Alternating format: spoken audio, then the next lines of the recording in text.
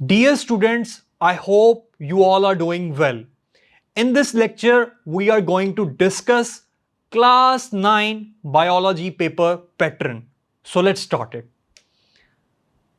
Paper pattern discuss करने से पहले हम देख लेते हैं हमारी बुक्स। पंजाब टेक्स्ट बुक आप यहाँ पे देख सकते हैं। इसे पढ़ने के बाद ही हम अपना पेपर अटेम्प्ट करते हैं। यहाँ पर आप देख सकते हैं किप्स पब्लिकेशंस की तरफ से अवेलेबल जो नोट्स हैं, ये नोट्स नहायत ही शानदार हैं। इसमें SLO based topic wise MCQs और शॉर्ट क्वेश्चंस आपको मिल जाएंगे।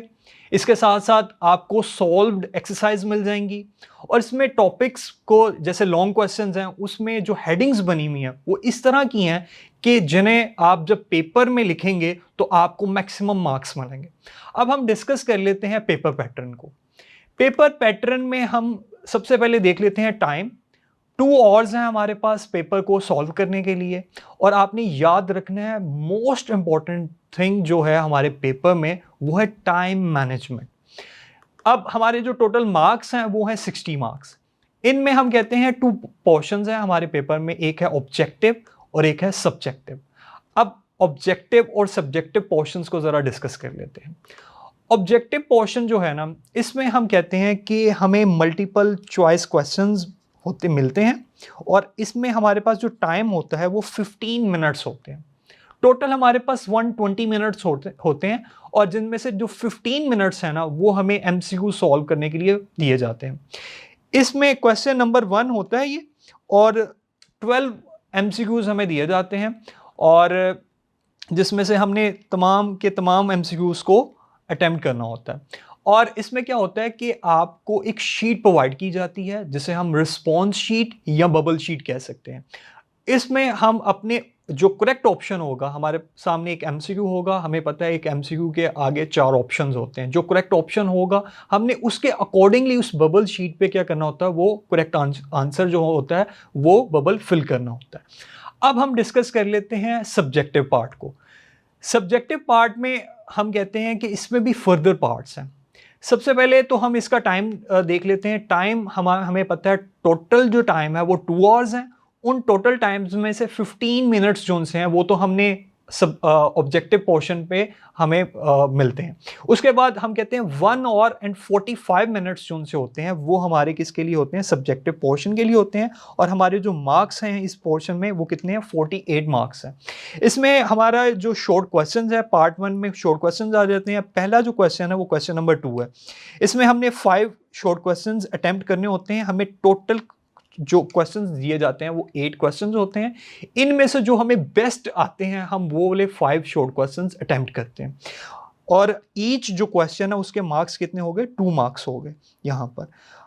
और 5 क्वेश्चंस के कितने मार्क्स हो जाएंगे, 10 मार्क्स हो जाएंगे। इसी तरह क्वेश्चन नंबर 3 आता है। क्वेश्चन नंबर 3 में भी हमें कितने क्वेश्चंस दिए जाते हैं, 8 क्वेश्चंस होते हैं। उनमें से हमने 5 क्वेश्चंस करने होते हैं और 10 मार्क्स इसके हो गए। और इसी तरह क्वेश्चन नंबर 4 आता है। तो ये टोटल हम कहते हैं 3 क्वेश्चंस हमारे ये जो पार्ट 1 में पूछे जाते हैं।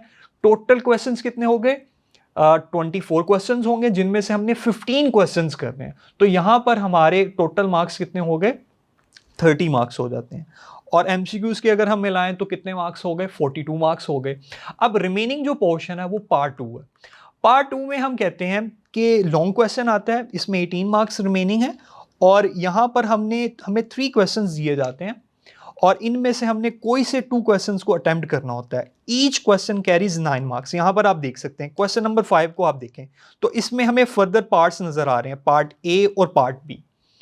और यहाँ पर हमें मार्क्स की डिवीजन भी नजर आ रही है, 5 और 4। ये हम कहते हैं कि कभी 4 जो पार्ट A है इसकी मार्क्स इसके 4 भी हो सकते हैं।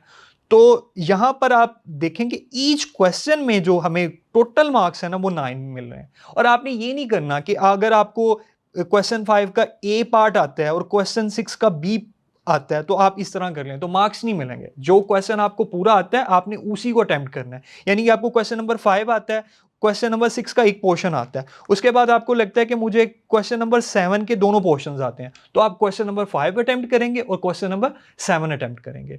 तो इस तरह आपके यहाँ पर ईच जो क्वेश्चन के 9 मार्क्स है तो टोटल मार्क्स कितने हो जाएंगे, 18 मार्क्स हो जाएंगे। अब हम डिस्कस कर लेते हैं पेपर को। बोर्ड पेपर आपके सामने है। यहाँ पर हमने क्या कहा था कि जो ऑब्जेक्टिव पार्ट है इसमें कितने एमसीक्यूज होंगे, 12 एमसीक्यूज होंगे। तो यहाँ पर आप देख सकते हैं ये 1 2 ये टोटल कितने हैं, 12 एमसीक्यूज हैं। इसके अलावा जो सब्जेक्टिव पार्ट है इसमें हमें 2 पार्ट्स हैं, पार्ट 1 है और पार्ट 2 है। और ये जो पार्ट्स हैं यहाँ पर आप देख सकते हैं कि जो पार्ट 1 है इसमें आपको यहाँ पे नजर आ रहा है क्वेश्चन नंबर 2, और क्वेश्चन नंबर 2 में आपको 8 क्वेश्चंस हमें दिए जाते हैं जिनमें से हमने कोई से 5 करने होते हैं। इसी तरह क्वेश्चन नंबर 3 आपको नजर आ रहा है, यहाँ पे भी 8 दिए गए हैं क्वेश्चंस, चॉइस है हमारे पास। क्वेश्चन नंबर 4 यहाँ पे भी, तो हमने टोटल 15 शॉर्ट क्वेश्चंस करने होते हैं। उसके अलावा हमारे पास जो पार्ट 2 है इसमें हमें 3 क्वेश्चंस होते हैं, और ईच क्वेश्चन में हमें फर्दर 2 पार्ट्स नजर आते हैं, पार्ट ए और पार्ट बी।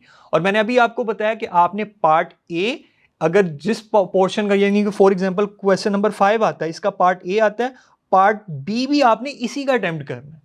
तो आज के इस लेक्चर में हमने डिस्कस किया क्लास 9th के बायोलॉजी के पेपर पैटर्न को।